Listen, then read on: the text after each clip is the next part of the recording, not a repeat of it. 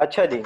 तो यहाँ पर हम लोग बात कर रहे थे भाई, ये क्या हो जाएंगे वेरिएबल। अगर प्रोग्रामिंग फंडामेंटल की बात की जाए तो भाई ये जो है वो अली जो है वो वेरिएबल है, लेकिन इसकी टाइप क्या है, ये इटसेल्फ एक क्लास है। तो इनको कहते हैं क्लास टाइप वेरिएबल। सही है। इंटीजर, फ्लोट, डबल, ये सब उनकी डाटा टाइप्स थी।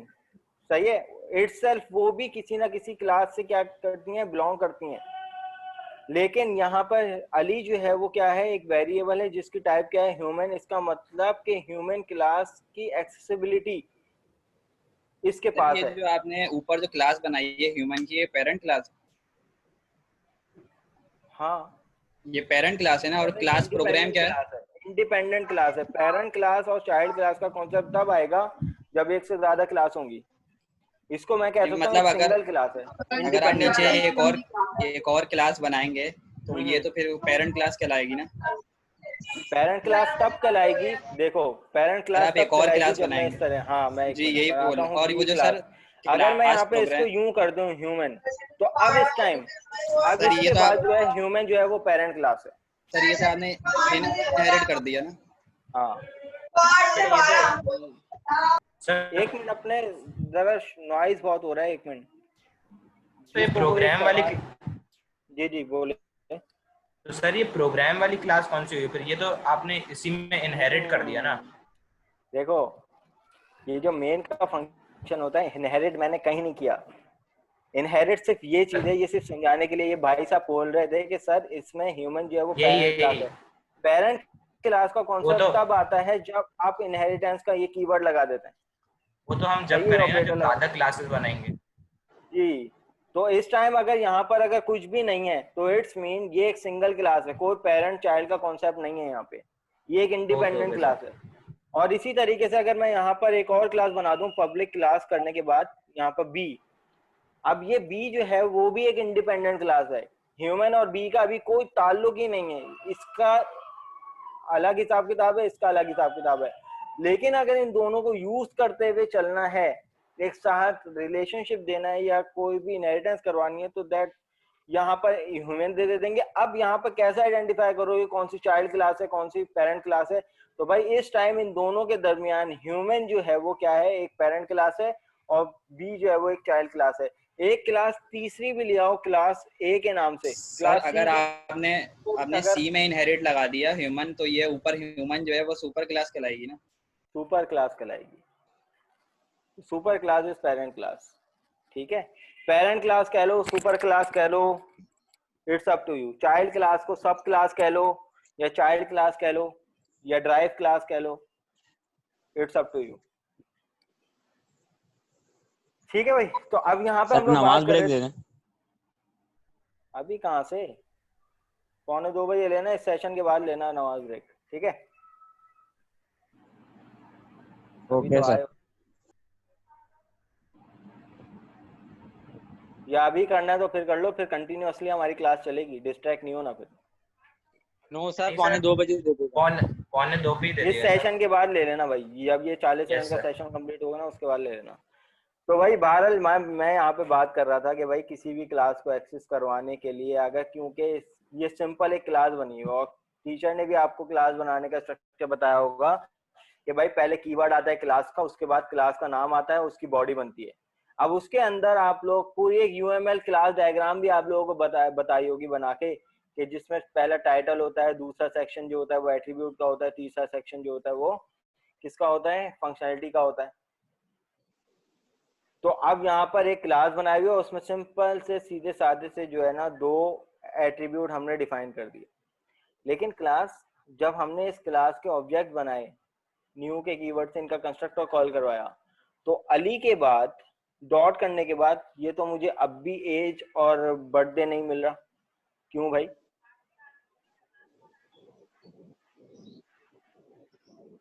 सर तो मेथड मेरे में लेगा ना। सर आपने वो पब्लिक नहीं किए हुए, तो वो डिफॉल्ट पब्लिक में नहीं प्राइवेट किए। चला जाता है।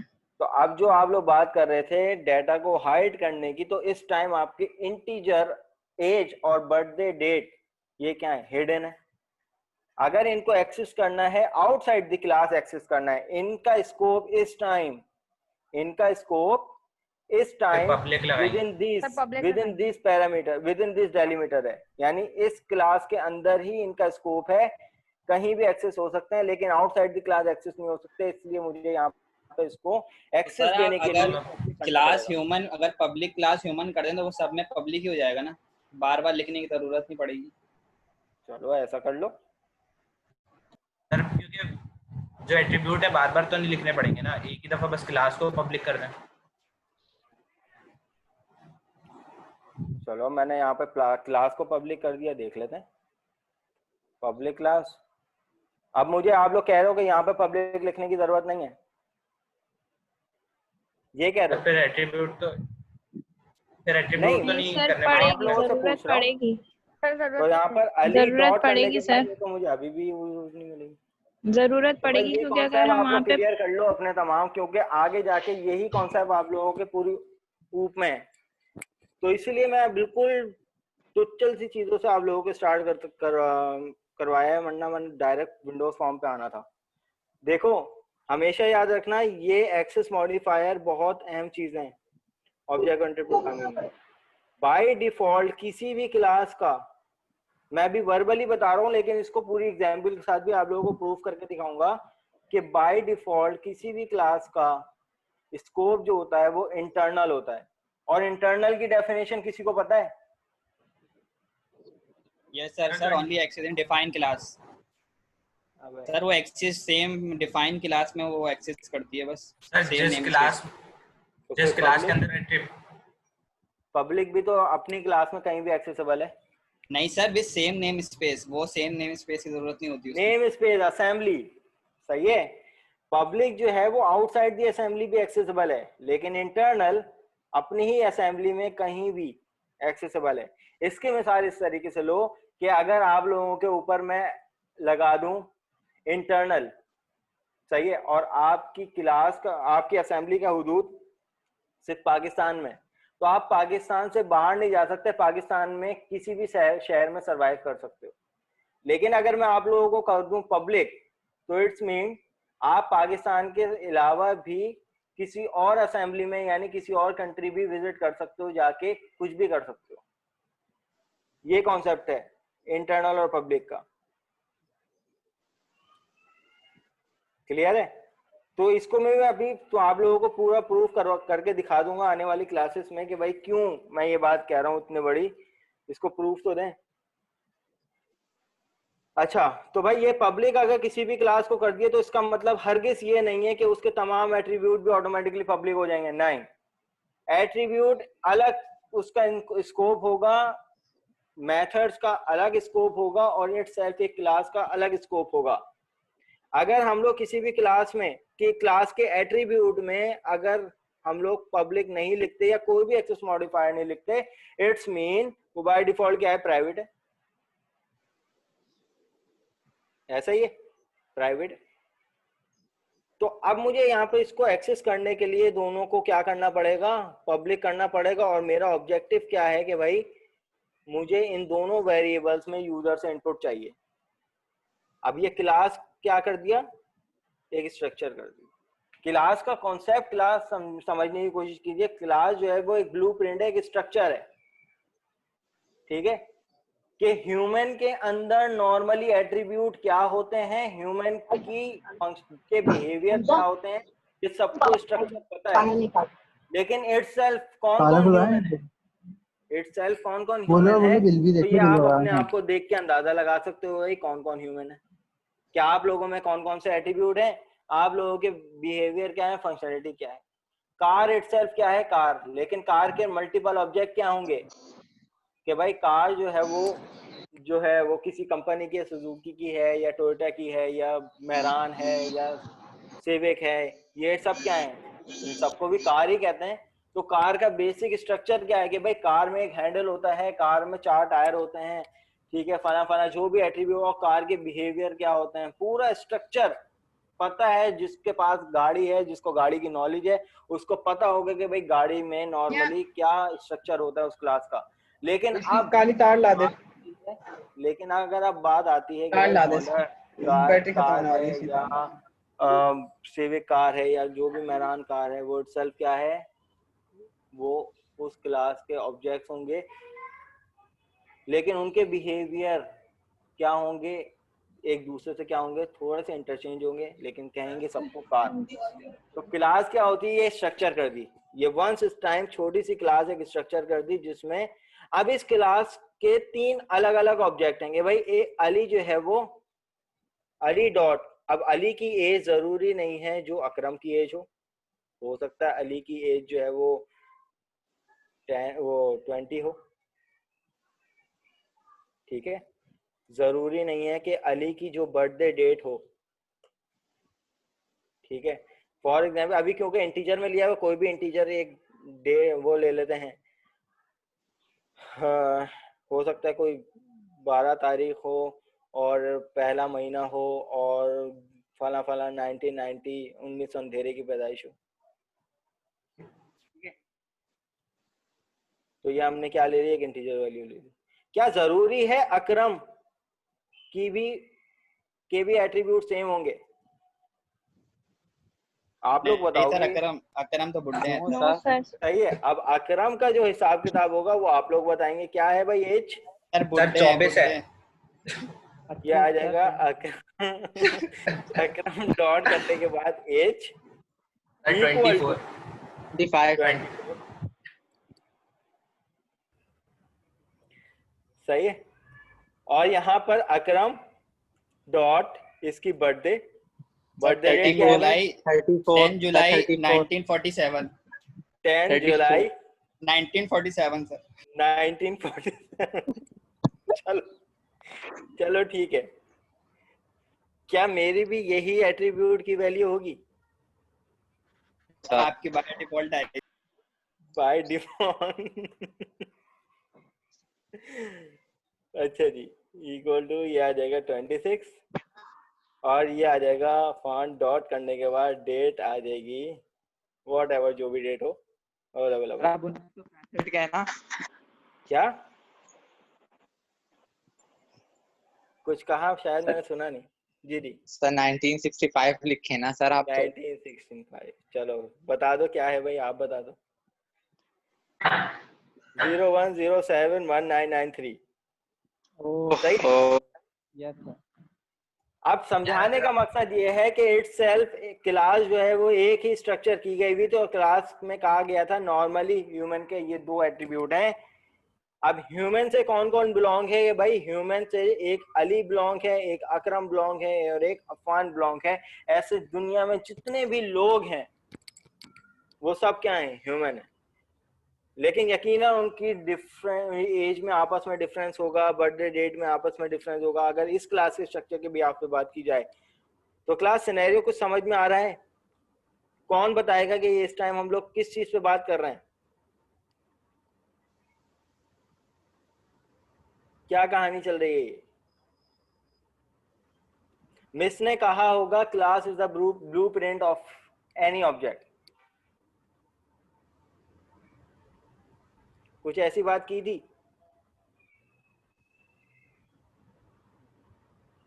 Blueprint and prototype. प्रोटोटाइप की बात की होगी। तो वो प्रोटोटाइप क्या होता है? बेसिकली एक स्ट्रक्चर होता है। स्ट्रक्चर होता है ना सर ये तो। उसकी हाँ उसकी प्योर इम्प्लीमेंटेशन कौन करते हैं? उस स्ट्रक्चर को फॉलो कौन करते हैं? ये ऑब्जेक्ट्स करते हैं। कि ये जो हमने ह्यूमन की क्लास जो इम्प्लीमेंट की उसको फॉलो कौन कर रहा है, इम्प्लीमेंट कौन कर रहा है अपने पास? ये 3 ऑब्जेक्ट। तो सिर्फ ये समझाने का मकसद ये था। आज जो हमारा टॉपिक जो था वो क्या था? क्लासेस और ऑब्जेक्ट पे था। अभी हम लोगों ने कोई बात नहीं की है कि भाई इसको क्या कहते हैं, इसकी बाय डिफॉल्ट इम्प्लीमेंटेशन क्या होती है, क्यों यूज होता है, ठीक है। अब हम लोग करेंगे बात ये कि भाई ये वाला जो सेक्शन है, सही है, ये वाला जो सेक्शन है ये वो होता है, इसको जो मैं अपने स्टूडेंट्स को बताता हूँ एग्जाम्पल, वो ये बताता हूँ कि ये बेसिकली आपका सुनने का सेंस होता है। सही है। इसको किसी भी क्लास के सुनने का सेंस कहते हैं। कि अगर फॉर एग्जाम्पल मैं स्टूडेंट की बात करूं तो जाहिर सी बात है आप लोग सब सुनोगे। क्लास 1 मिनट जरा मुझे देना, मेरी जरा इंपॉर्टेंट कॉल आ रही है।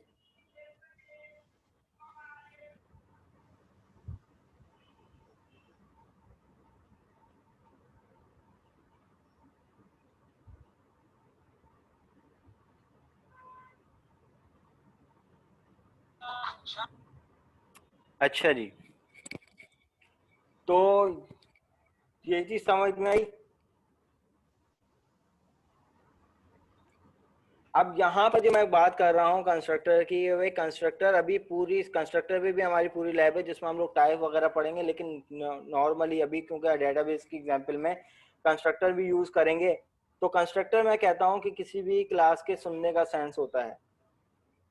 सुनने का सेंस से मुराद ये है कि किसी भी क्लास को जब भी कॉल करवाएंगे, किसी भी नॉन स्टैटिक क्लास को, तो कंस्ट्रक्टर लाजमी कॉल होता है। और कौन सा कंस्ट्रक्टर होता है? बाय डिफॉल्ट, जिसमें कोई पैरामीटर नहीं है। जैसे कि यहाँ पे अभी हमने कंस्ट्रक्टर की बात नहीं की है, लेकिन कंस्ट्रक्टर को इंप्लीमेंट किए बगैर हम यहाँ पर इन दो एट्रीब्यूट को इंप्लीमेंट नहीं कर सकते थे। अब ये इटसेल्फ कंस्ट्रक्टर होता क्या है, मैं यहाँ से ये मिटा दूं, सब मिटा देता हूँ, और मैं यहाँ से इन दोनों एट्रीब्यूट को भी मिटा देता हूँ। कंस्ट्रक्टर क्या होता है? सुनने का सेंस होता है। मैं कुछ नहीं करता, मैं यहाँ पे लिखता हूँ CTOR टैब टैब, और इस तरीके से उस क्लास का कंस्ट्रक्टर जनरेट हो जाएगा। CTOR tab tab. अब ये क्या है? इसमें मैं कुछ नहीं लिखता, सिंपल लिखता हूँ कंसोल डॉट राइट लाइन, और यहां पर मैं लिखता हूं डिफॉल्ट कंस्ट्रक्टर।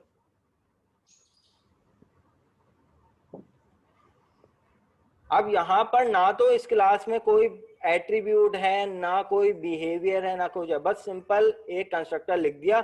उस कंस्ट्रक्टर में भी कोई पैरामीटर नहीं है, बस उस कंस्ट्रक्टर के अंदर एक डेफिनेशन लिख दी कि भाई ये डिफॉल्ट कंस्ट्रक्टर है। क्लास, याद रखिएगा, ये वो पार्ट होता है जो ऑटोमेटिकली एग्जीक्यूट होता है, जिसको हम लोग स्पेशल टाइप ऑफ मेथड कहते हैं। ये मेथड नहीं होता है, स्पेशल टाइप ऑफ मेथड कहलाता है। तो जब भी हम लोग उस क्लास का ऑब्जेक्ट बनाते हैं, for example Ali equal to new human, बस अब मैं अपने अगर प्रोग्राम को एग्जीक्यूट करता हूँ यहाँ पर कंसोल डॉट रीड लाइन करके, ताकि to hold the output screen. अब्बर अम्मी। और अच्छा भाई, अननेसेसरी जो है वो माइक अपने ऑफ कर दीजिए, डिस्टरबेंस क्रिएट होती है। अच्छा, तो यहाँ पर मैं कुछ नहीं करता, अपने प्रोग्राम को स्टार्ट करता हूँ। वंस जब मैं अपने प्रोग्राम को स्टार्ट करूंगा तो मेरे पास कुछ लिखा हुआ आएगा। और क्या लिखा हुआ है भाई, कौन बताएगा? Default constructor. कुछ कहानी समझ में आ रही है? इसको मैं क्यों सुनने का सेंस कह रहा था कि इस टाइम मैंने सिर्फ क्लास को आवाज दी है, सही है, और ये क्लास मुझे तरफ मुतवज्जो होके आ गई। जी हुजूर। तो जब भी क्लास का ऑब्जेक्ट क्रिएट करते हैं और न्यू के कीवर्ड से उसका कंस्ट्रक्टर को कॉल करते हैं, तो बाय डिफॉल्ट ऑटोमेटिकली ये वाला कोड रन हो जाता है, जो कि हिडन कोड होता है। ये आप अपनी रिक्वायरमेंट के मुताबिक से लिखते हो, लेकिन हर क्लास का जो स्टार्टिंग पॉइंट होता है वो क्या होता है? वो उसका कंस्ट्रक्टर होता है। सिर्फ ये बात समझ जाना चाह रहा था आप लोगों को कि कुछ नहीं करें अगर हम क्लास में ना कोई एट्रीब्यूट, भले से अगर मैं यहाँ पर एट्रीब्यूट बना दूं या कोई भी प्रॉपर्टीज बना दूं, अगर मैं यहाँ पर कोई भी प्रॉपर्टीज बना दूं, प्रॉप टैब टैब एक प्रॉपर्टी आ गई, इसी तरीके से यहाँ पर एक और प्रॉपर्टी बना दूं, प्रॉप टैब टैब, ये दूसरी प्रॉपर्टी आ गई। लेकिन इन प्रॉपर्टीज को एक्सेस करने से पहले सिंपल क्या करना पड़ेगा? ये अभी मैंने यहाँ पर ना कोई प्रॉपर्टी को एक्सेस किया, ना कुछ किया, ना कोई बिहेवियर को एक्सेस किया, सिंपल क्लास को कॉल करवाया है। और कौन सा कोड रन हुआ? ये वाला। जब भी कोई ऐसी फंक्शनैलिटी के जब भी किसी भी क्लास को आप इंप्लीमेंट करवाएं और ऑटोमेटिकली सबसे पहला काम ऑटोमेटिकली हो जाए, जब भी ऑटोमेटिकली की परफॉर्मेंस आप लोगों ने देनी होगी तो आप कंस्ट्रक्टर में वर्क करोगे, सही है। जब भी मैं चाहता हूं कि मेरी एप्लीकेशन रन हो तो स्टार्टिंग में खुद ही लिखा हुआ आ जाए welcome to this management system. Sir class और कंस्ट्रक्टर का नेम सेम होना जरूरी है? बिल्कुल, ये शर्त है। अब मैं अगर बात करता हूं कि भाई पब्लिक वॉइड ह्यूमन, कौन बताएगा कि इस ब्लॉक में और इस ब्लॉक में फर्क क्या है? सर इसमें बिहेवियर void जो लगाया है इसमें आप behavior सर बिहेवियर एक मेथड है और एक कंस्ट्रक्टर है। कैसे पता चलेगा भाई? सर वाइड लगा हुआ है करेगा ना। दूसरा रिटर्न नहीं वाइवा करेगा, का वॉइड क्वेश्चन नथिंग है। पूछूंगा, वाइवा में क्वेश्चन इस टाइप का आएगा कि what is the difference between the constructor and method और फंक्शंस। सही है, और आप इसको कैसे आइडेंटिफाई करोगे, कैसे डिफरेंस करोगे? तो भाई जवाब ये होगा कि मेथड भी same name of the class हो सकता है, कंस्ट्रक्टर भी तो होता ही same name of the class है, लेकिन मेथड भी हो सकता है। लेकिन कंस्ट्रक्टर में कभी भी रिटर्न टाइप नहीं आती, जैसे कि वॉइड। ना तो कंस्ट्रक्टर में कभी वॉइड आएगा, सिर्फ पब्लिक और क्लास आती है, नेम क्लास नेम। ठीक है, लेकिन अभी पब्लिक की भी कहानी है। जब कंस्ट्रक्टर की टाइप पढ़ोगे तो उसमें एक कंस्ट्रक्टर ऐसा है जिसमें पब्लिक की मुमानियत होती है। अगर पब्लिक नहीं लगाए तो ये बाइट नहीं होगा, रन नहीं होगा। देख लो, कंस्ट्रक्टर होता ही पब्लिक है। It will give the error. जब पब्लिक नहीं होगा तो आप क्लास को एक्सेस कहां करवाओगे? Outside the class. Scope, that is a scope, नहीं होगा ना। सही है। तो कंस्ट्रक्टर में क्या फर्क है भाई? कंस्ट्रक्टर एक तो same name of the class होना इस पे वाजिब है, लेकिन मेथड पे वाजिब नहीं है। मेथड और कंस्ट्रक्टर में फर्क क्या है कि मेथड में रिटर्न टाइप होती है वॉइड या other any type, that is return type. लेकिन ना तो कंस्ट्रक्टर में यहाँ पर वॉइड आता है, ठीक है, और यहाँ पर it will same name of class भी होता है। हाँ, same name of the class, और यहाँ पर कोई भी इंटीजर टाइप या कुछ भी आता है तो आप यहाँ पे इसको इंप्लीमेंट नहीं करवा सकते। It would also give the error. अगर मैं यहाँ पर वॉइड लिखता हूँ तो it would also give the error. और क्या एरर दे रहा है कि भाई देखो, type already contain the definition my property, human member name can not be same including the type. चलो मैं अगर यहाँ पे इसको अभी हटा दूं तब चेक कर लेते हैं, तब भी एरर। ठीक है, तो भाई क्या शर्त हो गई कि same name of the class. और डिफरेंस क्या है मेथड से कि भाई मेथड में हमेशा रिटर्न टाइप होती है। कैसे आइडेंटिफाई करोगे कि ये कंस्ट्रक्टर है और ये मेथड है? तो भाई रिटर्न टाइप से आप लोग आइडेंटिफाई करोगे कि मेथड में हमेशा रिटर्न टाइप होती है, मेथड फंक्शन में या बिहेवियर में, और कंस्ट्रक्टर में कभी भी रिटर्न टाइप नहीं होगी। अच्छा जी, तो ये कंस्ट्रक्टर बाय डिफॉल्ट कंस्ट्रक्टर कहलाता है जिसमें कोई पैरामीटर नहीं होते। अब आपकी अपनी मर्जी के भाई इस कंस्ट्रक्टर के थ्रू वैल्यू को कैसे एक्सेस करवाओगे। कि अगर मैं यहाँ पर एक एट्रीब्यूट ले लेता हूँ नेम, और एक एट्रीब्यूट ले लेता हूँ यहाँ पर एज, ठीक है, और एक एट्रीब्यूट ले लेता हूँ यहाँ पर स्ट्रिंग डेट ऑफ बर्थ। सही, तो अब यहाँ पर हमें क्या करना है कि इस कंस्ट्रक्टर के थ्रू जब हम इसको इम्प्लीमेंट करवाएंगे तो जितने नंबर ऑफ एट्रीब्यूट हैं उतने नंबर ऑफ पैरामीटर दे देंगे विद सेम टाइप। तो यहाँ पे आ जाएगा string nm comma string as comma string, ये आ जाएगा db date of birth dob। ये तो सर आपने पैरामीटराइज लगा दिया ना कंस्ट्रक्टर। हाँ सर मैं ये चाह रहा हूँ कि कंस्ट्रक्टर के थ्रू मैं यूजर से वैल्यू दूं। अब मेरा ऑब्जेक्टिव क्या है? वो डायरेक्ट यूजर से इनपुट नहीं देना, मैं कंस्ट्रक्टर के थ्रू यूजर से इनपुट दूं। तो आप इसमें वैल्यू सेट करवाएंगे या name is equal to exactly, जी जी। तो यहाँ पर दिस, अब जो दिस का कीवर्ड से सब वाकिफ होंगे कि भाई दिस क्या था। दिस से मुझे क्या मिल रहा है? एज मिल रहा है, डीओबी मिल रहा है, नेम मिल रहा है, मुझे ये क्यों नहीं मिल रहा? अब कौन बताएगा दिस का कीवर्ड क्या काम करता है? ये मैं विंडोज फॉर्म पे भी करवा चुका हूँ, दिस डॉट हाइट प्रॉपर्टी को रेफर करता है क्लास। क्लास जितने वेरिएबल होते हैं with in the same class. आप जिस क्लास में वर्क कर रहे हो उस क्लास के जितने भी एट्रीब्यूट या मेथड्स होंगे उनको इंप्लीमेंट करवाने के लिए, अगर जिस भी क्लास के अंदर आप लोगों ने दिस का कीवर्ड और डॉट करके आपको दिया तो इंटेलिजेंस में आपको उसी क्लास के तमाम एट्रीब्यूट आपको विजिबल हो जाएंगे।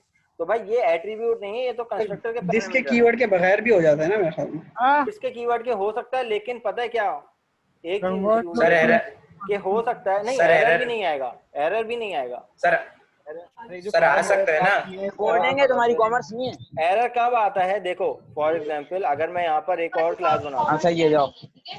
ठीक है, पब्लिक क्लास, एक और क्लास में सेम यहाँ नेम का पर भी तो हो सकता है ना। एग्जैक्टली तो स्पेसिफिक क्लास को मेंशन करने के लिए आप दिस का कीवर्ड लगाओ, तो ताकि वो फुल स्पेसिफिक हो जाए कि भाई ये आप जो है वो इसी क्लास की बात कर रहे हो सकता है इस नेम से, इस एज से और इस DUBO के से इसमें भी कोई ना कोई एट्रीब्यूट हो। यहाँ पे मैं इसी को कॉपी करके यहाँ पे भी बना दूं,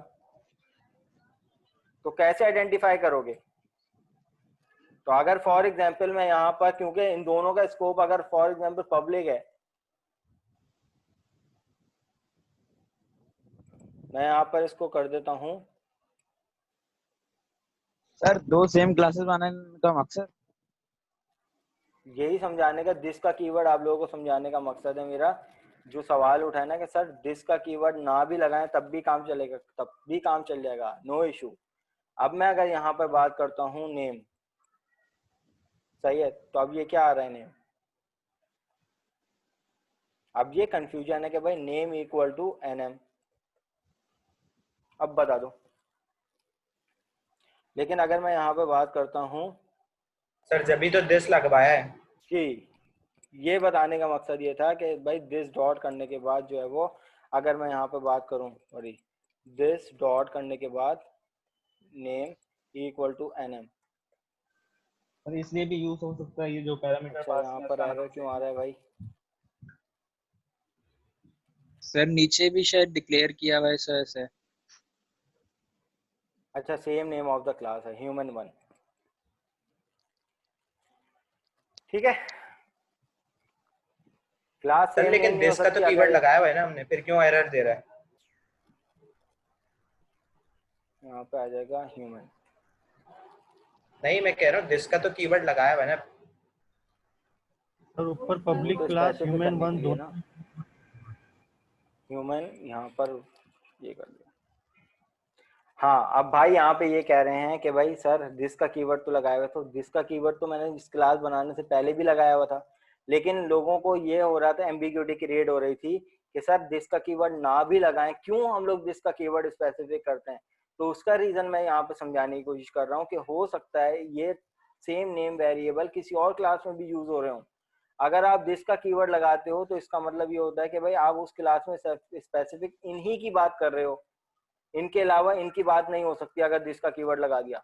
लेकिन अगर मैं यहाँ पर दिस का कीवर्ड यहाँ से हटा देता हूँ, इम्प्लीमेंट तो ये भी हो जाएगा, लेकिन हो सकता है कंपायर आगे जाके कोई एम्बिग्यूटी आ जाए कि हो सकता है नेम शायद इसकी बात हो रही हो।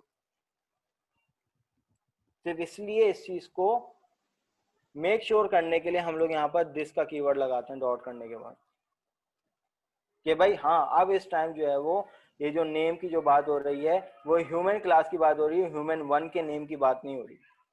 सिर्फ ये समझाना चाह रहा हूँ आप लोगों को। क्लियर है या नहीं?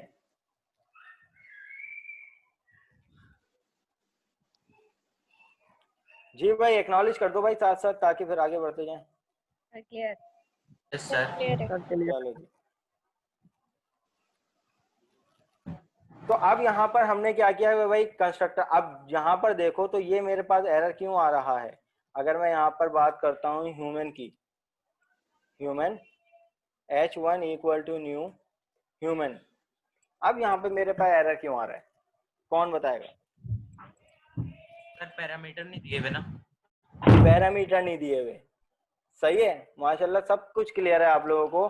कि अब यहाँ पे जो कंस्ट्रक्टर की बात हो रही है भाई, वो कंस्ट्रक्टर क्या होता है कि अगर by default CTOR tab tab अगर मैं यहाँ पे हटा दूं तो अब यहाँ पर इसको कोई एतराज नहीं है। क्यों नहीं है?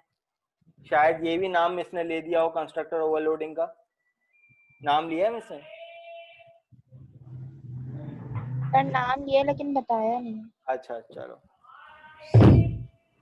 सिर्फ नाम ही लिए। नाम लिया ना। देखो कंस्ट्रक्टर ओवरलोडिंग होता क्या है, ये भी आगे जाके मजीद दोबारा डिटेल में बताऊंगा आने वाली लैब्स में कंस्ट्रक्टर की टाइप में। लेकिन वर्बली अभी हम लोग क्योंकि पहली क्लास में सारी चीजों को समराइज करते हुए चल रहे हैं, ये सिर्फ ये देखने के लिए भाई आप लोगों को कितनी चीजें पता हैं। जब भी एक क्लास में एक से ज्यादा कंस्ट्रक्टर आ जाएं तो ओवरलोडिंग का कॉन्सेप्ट ये होता है same name but number of parameter is different. मैं यहाँ पर एक और कंस्ट्रक्टर भी बना सकता था, CTOR टैब। अब यहाँ पर मैं 3 पैरामीटर दे सकता हूं या नहीं दे सकता, इसको भी मेक श्योर कर लेंगे। अब यहाँ पर मेरे पास जो है वो होपफुली एरर आना चाहिए कि भाई अब यहाँ पर आप कंस्ट्रक्टर ओवरलोडिंग कर रहे हो कि एक ही क्लास में 3 कंस्ट्रक्टर हैं, लेकिन ओवरलोडिंग की डेफिनेशन क्या है, but number of parameter is different. तो आप कभी भी सर एक सीक्वेंस एक ही दफा आएगी मेथड हो जी सर अगर इनकी डाटा टाइप चेंज कर दें, एक सीक्वेंस एक ही दफा आएगी ना सर। ओवरलोडिंग थोड़ी होगा। सीक्वेंस मैटर नहीं करती। आप पहले कंस्ट्रक्टर में 3 वैल्यू दे दो, दूसरे में 2 दे दो, तीसरे में 2 ही नहीं। नंबर ऑफ पैरामीटर तो सेम रहेंगे ना sir. Number of parameter is different, same name of the constructor. ये चीज मेथड ओवरलोडिंग में भी हम लोग इस्तेमाल करते हैं और कंस्ट्रक्टर ओवरलोडिंग में। अब देखो यहाँ पर 3 कंस्ट्रक्टर है ना, सही है, 3 कंस्ट्रक्टर हैं। इसका मतलब ये है कि अगर फॉर एग्जांपल मैं यहाँ पे बात करता हूँ कि एक कंस्ट्रक्टर की मैं बात करता हूँ, ये कंस्ट्रक्टर भी बना हुआ है, तो जब मैं यहाँ पे क्लास को इम्प्लीमेंट करूंगा तो कोई एरर नहीं है। लेकिन यहाँ पर देख रहे हो क्या लिखा हुआ आ रहा है, +2 ओवरलोडेड लिखा हुआ आ रहा है। तो ये ओवरलोडेड का क्या मतलब, इस क्लास में जो बाय डिफॉल्ट कंस्ट्रक्टर है वो भी एक कंस्ट्रक्टर है, लेकिन साथ में 2 ओवरलोडेड कंस्ट्रक्टर और भी हैं। इसको भी तो कंस्ट्रक्टर कहेंगे, लेकिन इसमें नंबर ऑफ पैरामीटर क्या है, 2 है, इसमें नंबर ऑफ पैरामीटर क्या है, 3 है, और इसमें तो है ही नहीं। तो same name of the constructor but number of parameter is different, that is the concept of constructor overloading. और same name of the method but number of parameter is different, that is the concept of method overloading. इसकी example आप लोगों को अपने calculator से आपको पता कैसे चलेगा कि एक पैरामीटर देना है, 2 देने, 4 देने, या जितने देंगे उस हिसाब से सेट है। चलो इस चीज को यूं समझ लो, वो अब इस्लामाबाद में भाई ये एक्स्ट्रा बातें नहीं करो भाई, अपना माइक म्यूट कर दें आप लोग। सर ये माइक तो म्यूट करवा दें अननेसेसरी। सबके mic mute.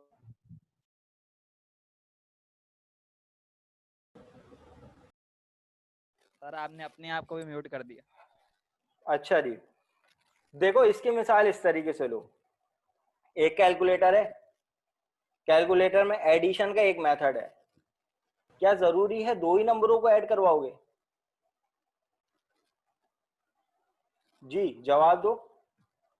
No sir. Sir मैं नहीं आता, मेरी अपनी मर्जी है। अगर मैं साइंटिफिक कैलकुलेटर की बात करता हूं तो at least greater than 2 number add होते हैं एडिशन में, लेकिन ये जरूरी नहीं है कि सिर्फ 2 एट अ टाइम 2 ही नंबरों को ऐड करवाऊं। मैं एक साथ 3 नंबरों को भी ऐड करवा सकता हूँ, मैं एक साथ 4 नंबरों को ऐड करवा सकता हूँ। तो इस चीज को समझो, मेथड वही है सेम नेम का, ऐड का, लेकिन एक इम्प्लीमेंटेशन में उसके number of parameter as per requirement 2 है, एक इम्प्लीमेंटेशन उसकी क्या है, एक बिहेवियर क्या है, उसमें 3 नंबर भी ऐड करवा सकते हैं, इसमें मल्टीपल नंबर भी ऐड करवा सकते हैं, लेकिन मेथड क्या है, सेम। तो यहाँ पर भी कंस्ट्रक्टर और मेथड ओवरलोडिंग दोनों का कॉन्सेप्ट यही है, same name of the method और constructor but number of parameter as per requirement of the user. कि आप इस कंस्ट्रक्टर को, इस क्लास को कितने तरीकों से इंप्लीमेंट करवा सकते थे। एक तरीका तो ये हो गया, लेकिन एक तरीका भाई ये भी है, human h2 equal to new human, और यहाँ पर एक पैरामीटर स्ट्रिंग वैल्यू, दूसरा क्या एज आ गई। फॉर एग्जांपल यहाँ पर कौन से पैरामीटर दिए थे भाई, स्ट्रिंग नेम और एज का। तो यहाँ पर नेम क्या आ जाएगा, असद, और एज आ जाएगी 25। अब एक बिहेवियर इसी क्लास का क्या था कि भाई वो स्टूडेंट H1 जो है वो अपना नाम और अपनी एज नहीं डिफाइन करना चाह रहा, इट्स ओके, ना करे। एक बिहेवियर ये भी है, एक इम्प्लीमेंटेशन ये भी है, यानी एक शक्ल इसकी ये भी है, और एक शक्ल क्या है, H2। उसी क्लास का दूसरा ऑब्जेक्ट, आप सबको ये भी पता है कि एक क्लास के 85 ऑब्जेक्ट बन सकते हैं, तो ये दूसरा ऑब्जेक्ट बन गया। लेकिन इसमें एक बिहेवियर इस क्लास का क्या है, इस क्लास का ये है कि भाई नाम और एज दे दे। लेकिन एक बिहेवियर इस क्लास का ये भी है भाई, यहाँ पर मैं इसको कह देता हूँ h3, और एक बिहेवियर इसके पास एक तीसरा पैरामीटर भी है जो कि डेट ऑफ बर्थ अगर ये देना चाहे तो दे दे भाई। यहाँ पे 01071997 सही है। वरना अभी तक क्या आप लोग हर क्लास को बनाते हो उसका एक ही इम्प्लीमेंटेशन देते हो, ये देते हो। यही कह रहे थे, हम भी यही पूछ रहे थे तो यहाँ कि पर उसको पता कैसे चलेगा कि कौन सा कॉन्सेप्ट ऑफ कंस्ट्रक्टर ओवरलोडिंग कैसे पता चलने का क्या मतलब है, देखो हाँ वही ना, उसको मतलब खुद ही एडिशन में साथ ये एज पर आ गई, रिक्वायरमेंट समझ है। आ गई। ठीक है, चलो अल्हम्दुलिल्लाह जी। यहाँ तक कोई कंफ्यूजन? तो ये कंस्ट्रक्टर ओवरलोडिंग समझाने का मकसद सिर्फ ये था कि भाई बात आई थी कंस्ट्रक्टर पे। अब एक ही क्लास को अगर मल्टीपल शक्लों में आपने इंप्लीमेंट करना है तो that is the concept of constructor और मेथड ओवरलोडिंग। सही है, तो इसकी बेस्ट एग्जांपल आप लोगों को एडिशन की दे दी, होपफुली समझ में आ गई होगी। सर एक चीज पूछनी है। जी पूछिए। सर ये जो आपने ह्यूमन की क्लास में कॉन्केटिनेट करवाया था एट्रीब्यूट को, वहां पे हम पैरामीटर कॉन्केटिनेट करवा सकते हैं क्या?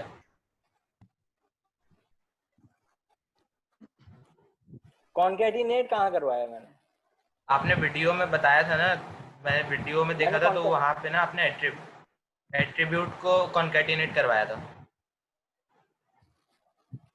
जो ऊपर एट्रीब्यूट है ना, उस सेंस में करवाया होगा कि अगर एट्रीब्यूट आगे पीछे हो जाए, कि फॉर एग्जांपल अगर मेरे पास यहाँ पर फिक्स है कि भाई इसमें नेम ही आना चाहिए, इसमें एज ही आना चाहिए, मैं चाहता हूँ कि भाई पहला जो आर्गुमेंट में जो वैल्यू दूंगा मैं यहाँ पर एज देना चाह रहा हूँ, इधर एज देना चाह रहा हूँ और इधर नेम देना चाह रहा हूँ, तो उसके लिए मैंने कैन कॉन्टिनेट वगैरह करवाया था। सर आपने वो एडिशन की एग्जांपल दी थी, तो उसमें अगर ये इंट ए, आपकी आवाज बहुत स्लो आ रही है जनाब, आपकी आवाज बहुत स्लो आ रही है। आपने एडिशन की एग्जांपल दी थी ना सर, आ रही है सर आवाज? जी जी बोलिए। तो सर उसमें अगर इंट ए इंट बी पास करवा दिया पैरामीटर लिस्ट में, सही है, अब एक और बनाना है हमने, तो उसमें इंट बी और इंट ए लगाया, उल्टा लगाया, तो वो पास हो जाएगा? बिल्कुल हो जाएगा, मतलब बस वैल्यू उसी सीक्वेंस से देनी पड़ेगी। यही तो बता रहा हूँ कि जिस सीक्वेंस में नंबर ऑफ पैरामीटर दिए हैं तो आर्गुमेंट भी वैल्यू उसी सीक्वेंस से देनी पड़ेगी। लेकिन अगर आर्गुमेंट अगर आपके पास सीक्वेंस डिफरेंट अगर आप लोग करना ही चाह रहे हैं, फॉर एग्जांपल चलो मैं यहाँ पे बता देता हूँ जो आप लोग शायद पूछना चाह रहे होगे। मैं यहाँ पर इसको टाइप कर देता हूँ इंटीजर, हाँ मैं इसी को इम्प्लीमेंट करवा के बता देता हूँ कि अब जैसे मेरे पास यहाँ पर ये 3 एट्रीब्यूट है, चलो 2 ले लेते हैं, ठीक है ये 2 ले लेते हैं। और ह्यूमन में मैं यहाँ पे कर देता हूँ दिस डॉट करने के बाद नेम में मैं बराबर कर देता हूँ nm, और यहाँ पर दिस डॉट यहाँ पर एज करने के बाद मैं कर देता हूँ यहाँ पर एज। अब देखो जब मैं ऑब्जेक्ट बनाऊंगा ना, तो ऑब्जेक्ट बनाने के बाद यहाँ पे फॉर एग्जांपल ह्यूमन अली या कोई भी h1 ले लेते हैं इक्वल टू न्यू ह्यूमन। अब यहाँ पे मुझसे क्या मांग रहा है, मुझसे ये मांग रहा है कि भाई इसके पैरामीटर दो। अगर मैं यहाँ पे बात करूँ तो जैसे मैंने ये ब्रैकेट खोला था तो यहाँ पे देखो कौन सा पैरामीटर मांग रहा है, एक स्ट्रिंग नेम मांग रहा है और स्ट्रिंग एज मांग रहा है। लेकिन मैं चाह रहा हूँ कि मैं पहले यहाँ पर उसकी एज दूं, उसके बाद यहाँ पर ये दूं। क्या ये चीज पॉसिबल है? जी आप लोग बताएंगे।